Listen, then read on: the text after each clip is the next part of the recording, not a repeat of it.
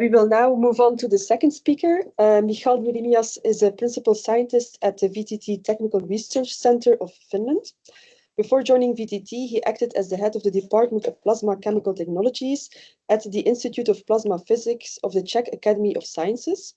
His current research interests include gasification and C1 chemistry, with focus on waste and biomass utilization and syngas and pyrolysis gas cleaning.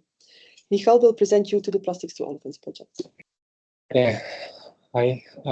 So I'm here on behalf of Plastics2Olefins. The project is led by Repsol, and I also have a presentation prepared by Repsol in order to give you a general overview of the project.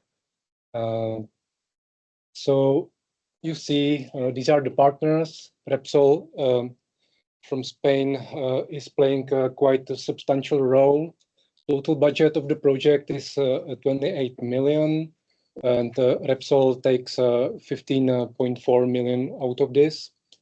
And VTT plays this role of development of gas purification, of pyrolysis gas purification, as I will show you later what is this. That it is the main product of the pyrolysis that I'm speaking here. And there are other partners as well, focused on the preparation of the fuel for this pyrolysis unit. Técnicas Reunidas is providing the technological support, and yeah, there are many partners. So Repsol, as other companies on the field, is committed to decarbonize its production, and the aim is to reach this to 2050. And I'm speaking, there are many ways how to achieve this, and I will describe this plastic waste input to produce circular plastics.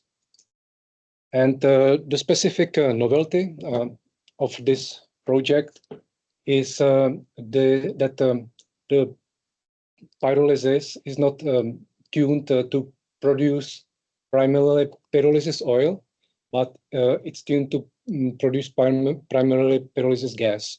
And this gas can be, after purification, fed directly to the cracker recovery section without using the energy to actually crack the feed. So that's one of the main like savings of energy which are involved in this. And but of course, pyrolysis oil is as well produced, but the fraction is smaller. And this aimed to go to steam cracker furnaces, and the char which is produced as well is going to the cement industry. It's the aim is to reduce the carbon footprint by 70%. In comparison to conventional pyrolysis, with the aim to produce maximum pyrolysis oil. Excuse me. Yes. Is it really compared to pyrolysis or to incineration? It's compared to pyrolysis. In comparison to incineration, it's more. Yeah. So yeah. So basically, in conventional pyrolysis, you are producing mainly pyrolysis oil, then you have to upgrade it to be able to feed it to steam cracker. In a Plastics2Olefins pathway, the pyrolysis is optimized to produce pyrolysis gas, which is upgraded and it's fed to the cracker recovery section. And the pyrolysis oil is aimed to be produced at 20% of yield. In regards to the input, and the char 10% is aimed to be used in cement industry. And the optimization of the pyrolysis is made mainly by increasing the temperature of the pyrolysis unit. So you get the optimal value to produce a liquid fraction at about 500 degrees.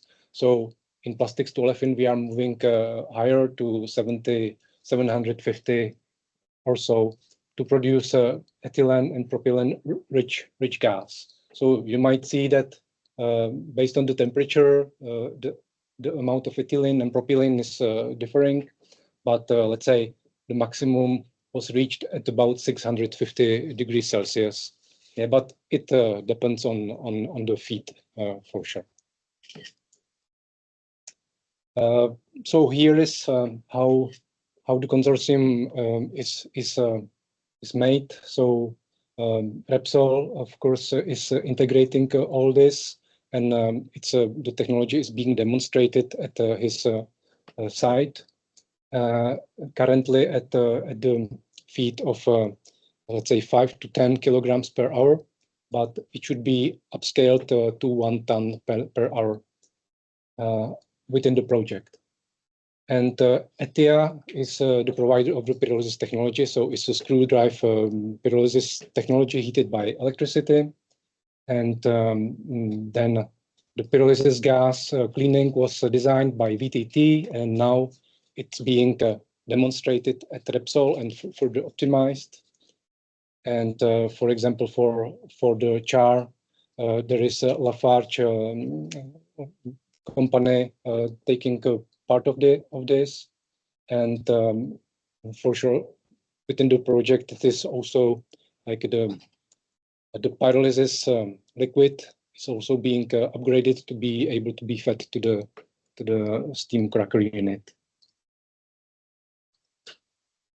Yeah, so currently we are at this stage of the project. So the pilot plant technology was developed. It's in operation at the Repsol facilities, and it will continue through the project to operate, to gain more data and more experiences.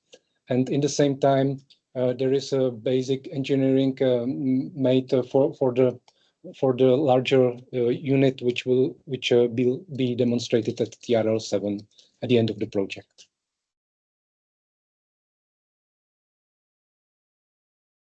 Yeah, so this is the demonstration unit, the smaller one.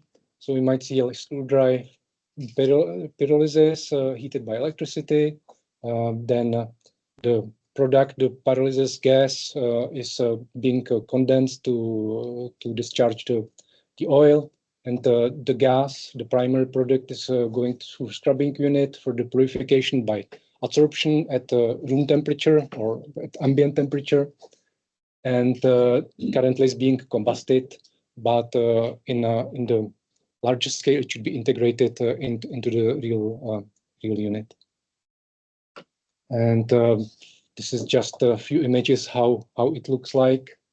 So this is the pyrolysis unit.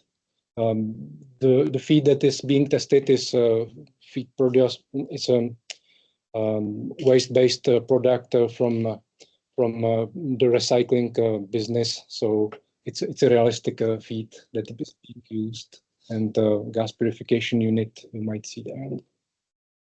And this is a bit older picture. Currently, the amount of accumulated hours in the pilot unit is higher.